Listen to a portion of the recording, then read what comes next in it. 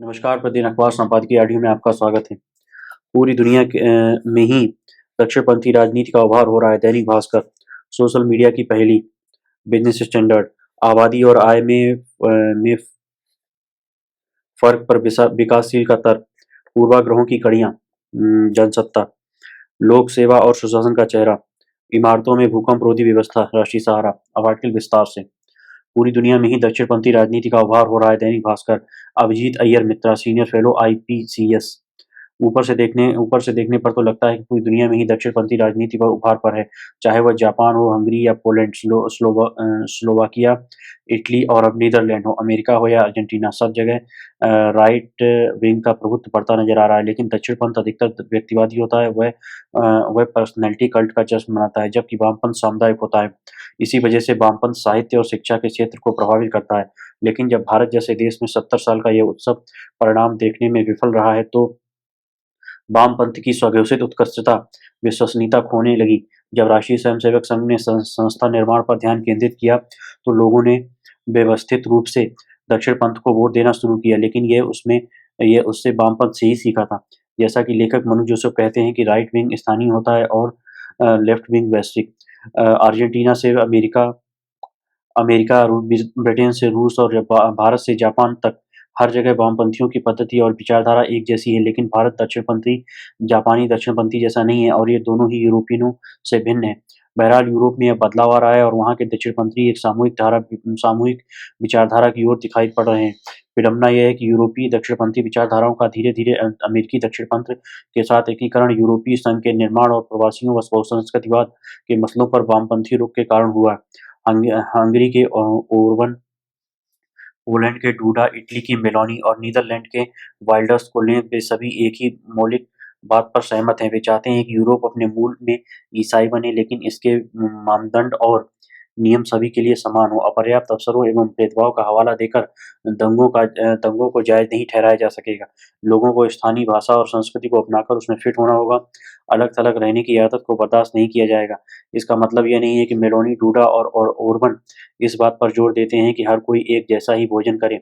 वे इतना भर चाहते हैं कि सार्वजनिक जीवन राज्य सत्ता के सभ्यतागत चरित्र के अनुरूप हो।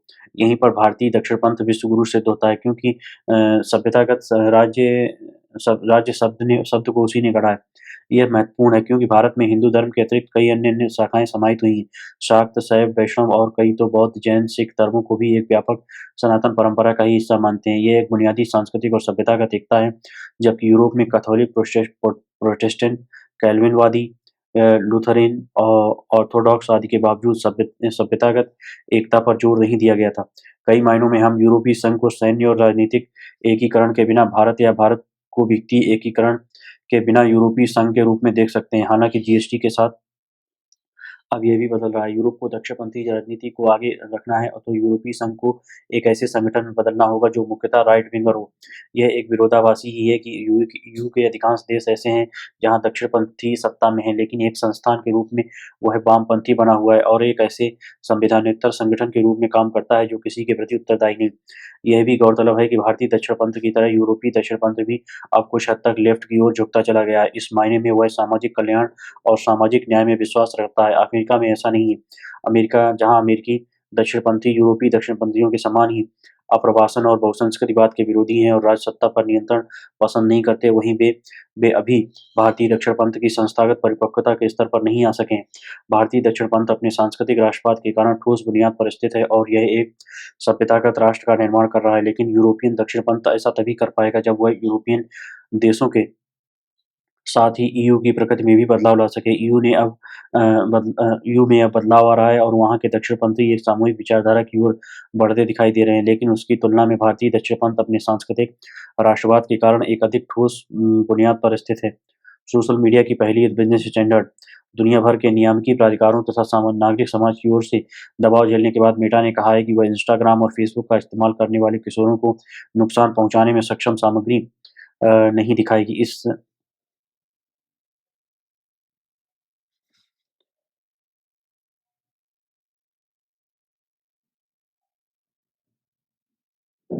इस सोशल मीडिया नेटवर्क कंपनी ने यह कदम तब उठाया है जब उस पर आरोप लगा है कि वह अपने प्लेटफॉर्मों को किशोरों को मानसिक स्वास्थ्य के लिए नुकसान पहुंचाने वाला और लत के समान बना रही है। करीब 33 अमेरिकी राज्यों ने व्हिसल ब्लोअर द्वारा जारी आंतरिक अध्ययन रिपोर्ट के बाद यह आरोप लगाया। यूरोपीय आयोग ने मेटा से यह भी कहा है कि वह इस बारे में जानकारी पेश करे कि आखिर वह बच्चों को ऑनलाइन मौजूद घातक सामग्री से बचाने के लिए क्या योजना बना रही है।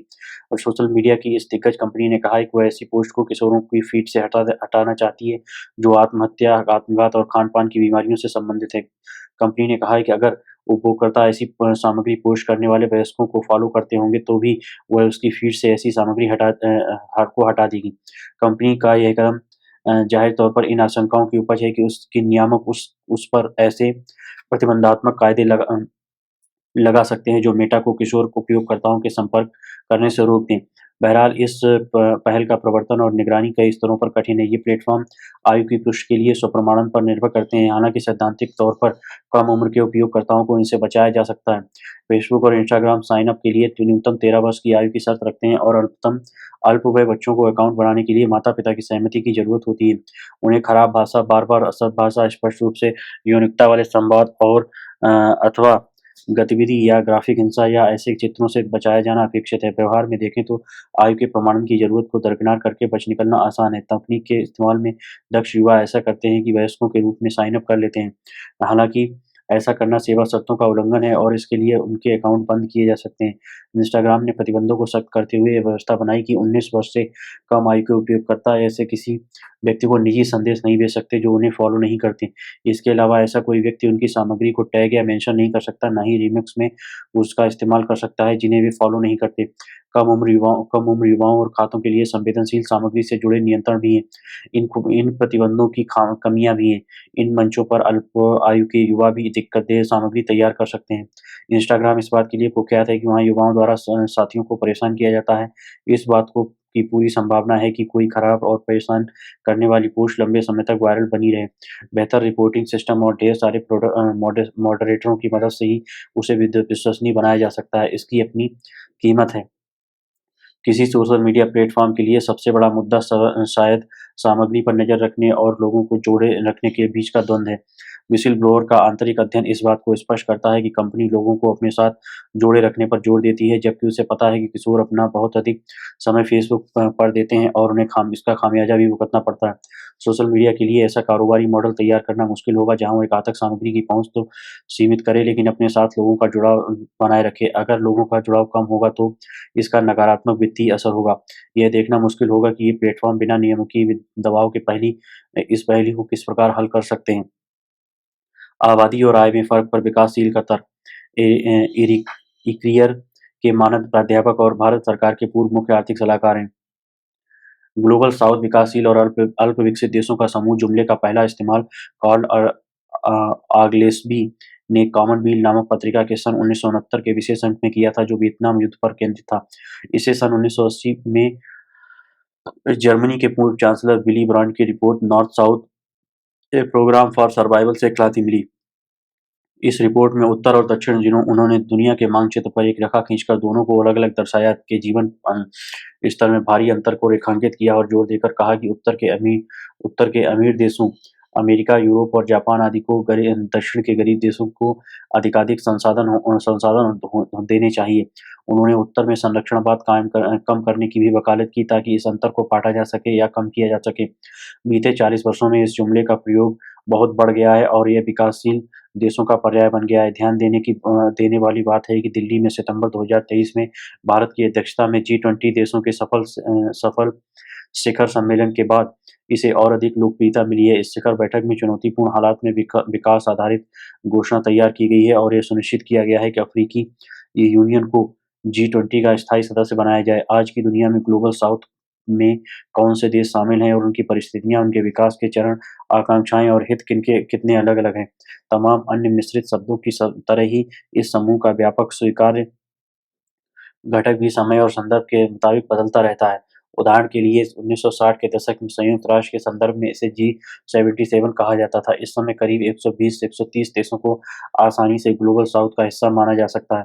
चीन खुद को ग्लोबल साउथ के देशों का नेता मानता है, लेकिन भारत वह भी खुद को नेता मानता है के उलट उसे आर्थिक महाशक्ति माना जा सकता है, जो उन अंतर्राष्ट्रीय व्यापार और वित्तीय ढांचों में पूरी तरह उलझा हुआ है, जिन्हें दूसरे विश्व युद्ध के बाद ग्लोबल नॉर्थ के देशों ने तैयार किया था।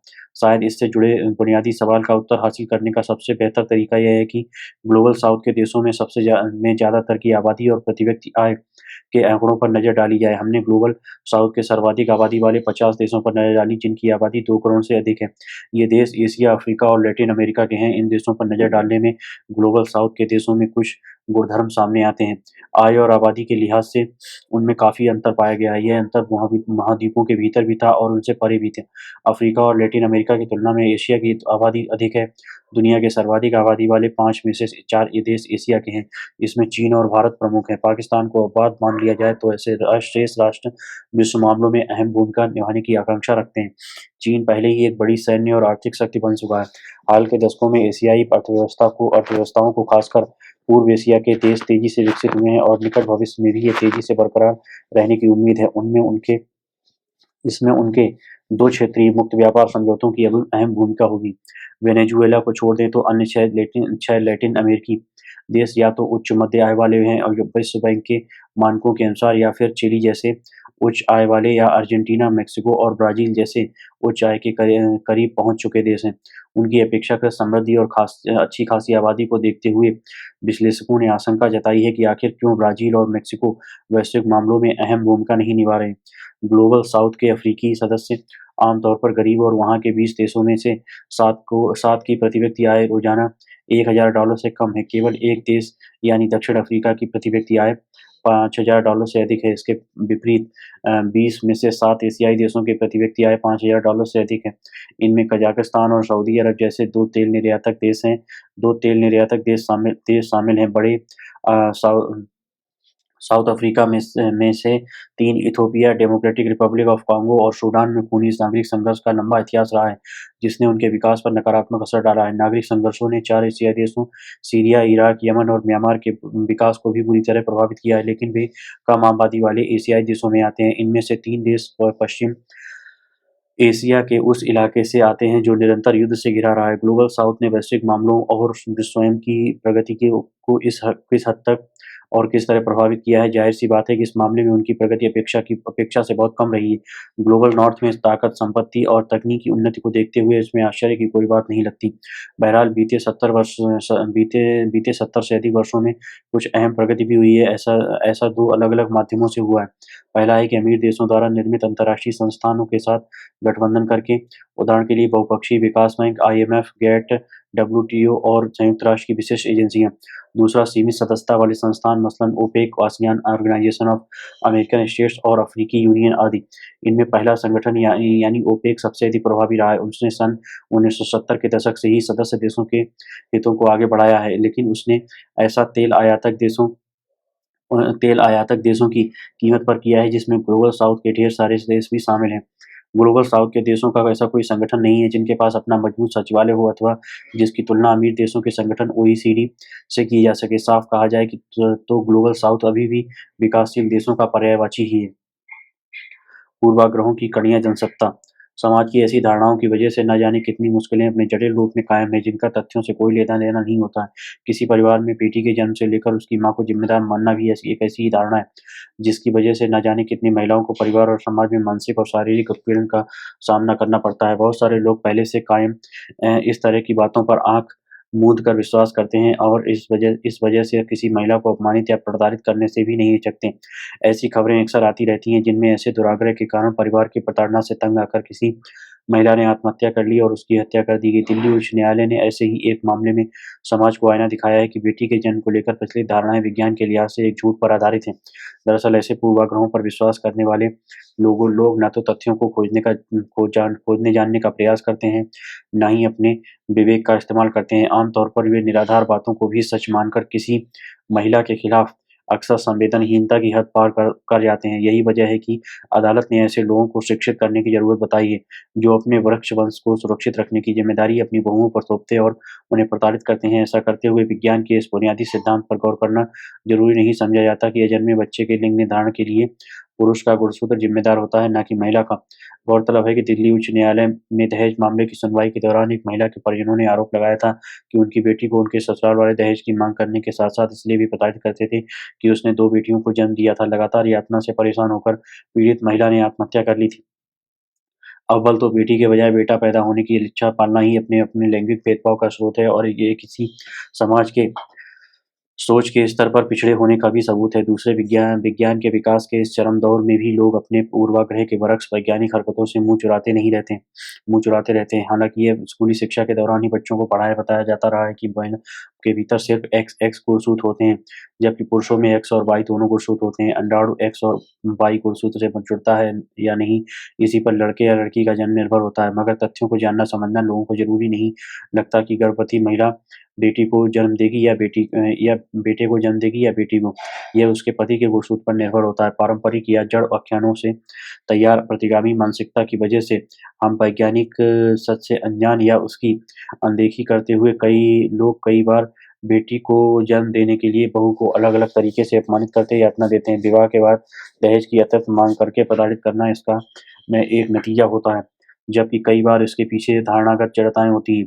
इस लिहाज से दिल्ली उच्च न्यायालय ने महिलाओं के खिलाफ सदियों से कायम एक सामाजिक जड़ता के खिलाफ वैज्ञानिक दृष्टिकोण से समाज को एक ज़रूरी सच की ओर ध्यान दिलाया है। लोक सेवा और सुशासन का चेहरा सुशील कुमार सिंह, प्रशासनिक चिंतक डानहम ने कहा है कि अगर हमारी सभ्यता नष्ट होती है तो ऐसा प्रशासन के कारण होगा। लोक प्रशासन एक ऐसी आवश्यकता है जिसकी उपस्थिति में समानता एवं स्वतंत्रता को कायम रखना आसान होता है। भारत जैसे विशाल और विविधतापूर्ण समाज में संसाधनों एवं सेवाओं का न्यायपूर्ण वितरण ही सभी की समृद्धि का मूल मंत्र है। सिविल सेवा परीक्षा पाठ्यक्रम में इसी दृष्टिकोण 10 साल पहले बदलाव किए गए थे। वह समावेशी और सतत विकास के साथ सुशासन के मापदंडों को भी बेहतरीन स्वरूप देता है। सामान्य अध्ययन के प्रथम प्रश्न पत्र में जहाँ भारतीय समाज को समझना आवश्यक है, वहीं द्वितीय प्रश्न पत्र सामाजिक न्याय और शासन को विस्तृत रूप से एक नए अंदाज और स्वरूप में प्रतियोगियों के लिए परोसा गया। जहाँ समता, स्वतंत्रता, सशक्तिकरण और वर्ग विशेष को एक नई ताकत देने की चिंता निहित है, वहाँ भुखमरी और गरीबी से जुड़े तमाम दशकों पुराने संदर्भ में सामाजिक न्याय के अंतर्गत एक नए चिंतन की ओर युवा पीढ़ी को ले जाते हैं। सिविल सेवक प्रशासन का आधार होते हैं, उन पर कई महत्वपूर्ण ज़िम्मेदारियाँ होती हैं, उनके कार्यों को समाज से प्रेरणा मिलती है। सिविल सेवा परीक्षा के पाठ्यक्रम में बदलाव के पीछे कई मुख्य कारक रहे हैं, जिनके बदलते वैश्विक संदर्भ जिनमें बदलते वैश्विक संदर्भ को संतुलित करने हेतु कइयों का परिमार्जन स्वाभाविक था। आचरण और अभिवृत्ति की दृष्टि से देखा जाए तो इस परीक्षा में चयनित होने वाले से यह उम्मीद होती है कि वह देश के चेहरे को विकास में बनाए, मगर भ्रष्टाचार एक ऐसी जड़ व्यवस्था है जिसमें यह सेवा फँसी हुई है। आंकड़े बताते हैं कि भारतीय प्रशासनिक सेवा समेत कई सेवाओं के कई अधिकारी ऊपर से नीचे तक कमोबेश रिश्वत और लेन-देन के मामले में लिप्त रहते हैं। करप्शन परसेप्शन इंडेक्स 2022 में 40 अंक के साथ भारत दुनिया में 25वें स्थान पर बरकरार है, जो सूरीनाम, योनावा, गुयाना, मालदीव जैसे समेत कई अन्य देशों के समकक्ष खड़ा है, जबकि डेनमार्क, फिनलैंड, न्यूजीलैंड और नॉर्वे क्रमशः पहले से चौथे स्थान पर हैं।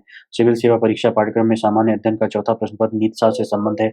यहाँ प्रतियोगी के मानस पटल और कार्मिक और तथा सामाजिक दृष्टि से एक संतुलित अधिकारी होने की धारणा का समावेशन दिखता है। व्यक्ति उदार हो, आचरण से भरा हो, ज्ञान की अविरल धारा लिए हो और तथा स्वतंत्रता और समानता का सम्मान करता हो, तो सिविल सेवक के रूप में समाज और देश को तुलनात्मक रूप से अधिक लाभ मिलना तय है। ऐसा ही सदिच्छा से यह प्रश्न पत्र युक्त देखा जा सकता है, जहाँ नैतिकता और ईमानदारी का पूरा लेखा-जोखा है। मानव स्वभाव से दयाशील हो तो दंड का वातावरण कमजोर होता है, और अगर एक प्रशासक के रूप में निहायत कठोर और सहानुभूति से परे हो, तो विकास और सामाजिक संतुलन बिगड़ सकते हैं। सार्वजनिक जीवन के 7 सिद्धांत नोलन समिति ने भी दिए थे, जिनमें निस्वार्थता, सत्यनिष्ठा, निष्पक्षता, जवाबदेही, खुलापन, ईमानदारी और नेतृत्व शामिल है। सुशासन लोक सशक्तिकरण का पर्याय है, जिसमें लोक कल्याण, संवेदनशील शासन और पारदर्शी व्यवस्था के साथ खुला दृष्टिकोण और सामाजिक आर्थिक विकास शामिल है।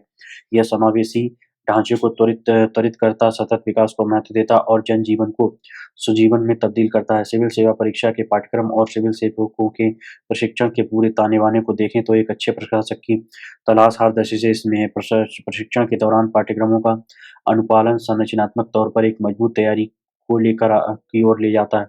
देश की विविधता को समझने का मौका मिलता है। भारत दर्शन का दृष्टिकोण इसमें शामिल है। मिशन कर्मयोगी के संदर्भ से भी ये ओतप्रोत है। विश्व बैंक ने अपने अध्ययन में पाया है कि जहाँ कहीं भी सिविल सेवा को राजनीतिक नेतृत्व द्वारा सशक्त किया गया है, वहाँ बदलाव के लगभग हर मामले का नेतृत्व एक सिविल सेवक ने किया था। भारत की संविधान सभा में अखिल भारतीय सेवाओं के बारे में चर्चा के दौरान सरदार पटेल ने कहा था कि प्रशासनिक प्रणाली का कोई विकल्प नहीं है। संघ चला जाएगा पर आपके पास एक अच्छी संघ चला जाएगा अगर आपके पास ऐसी अच्छी अखिल भारतीय सेवा नहीं है जिसे अपनी राय देने की आज़ादी हो, जिसे ये विश्वास हो कि आप उसके काम में उसका साथ देंगे, तो अखंड भारत नहीं बना सकते। अगर आप इस प्रणाली को नहीं अपना सकते, तो मौजूदा संविधान का पालन न करें। ये इसकी जगह कुछ और व्यवस्था रखें। ये लोक औजार हैं।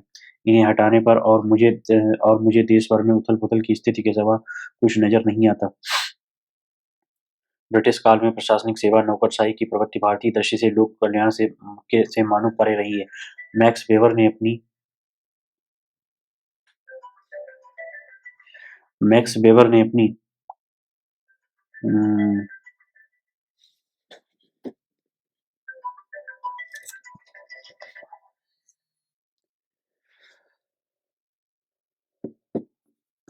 मैक्स वेबर ने अपनी पुस्तक सामाजिक आर्थिक प्रशासन में इस बात को उद्धृत किया था कि नौकरशाही प्रभुत्व स्थापित करने से जुड़ी एक व्यवस्था है, जबकि अन्य विचारकों की राय यही है कि एक सिविल सेवा की भावना से युक्त एक संगठन है। इतिहास गवाह है कि मौजूदा अखिल भारतीय सेवा यानी आईएएस और आईपीएस सरदार पटेल की ही देन है, जिसका उद्भव 1946 में हुआ था, जबकि आईएफएस 1966 में विकसित हुई। समय, काल और परिस्थिति के अनुपात में नौकरशाही से भरी ऐसी सेवाएं मौजूदा समय में सिविल सेवकों के रूप में कायाकल्प कर चुकी हैं। ब्रिटिश काल की यह इस्पाती सेवा अब प्लास्टिक फ्रेम ग्रहण कर चुकी है, जनता के प्रति लोचशील हो गई है और सरकार की नीतियों के प्रति जवाबदेह है, मगर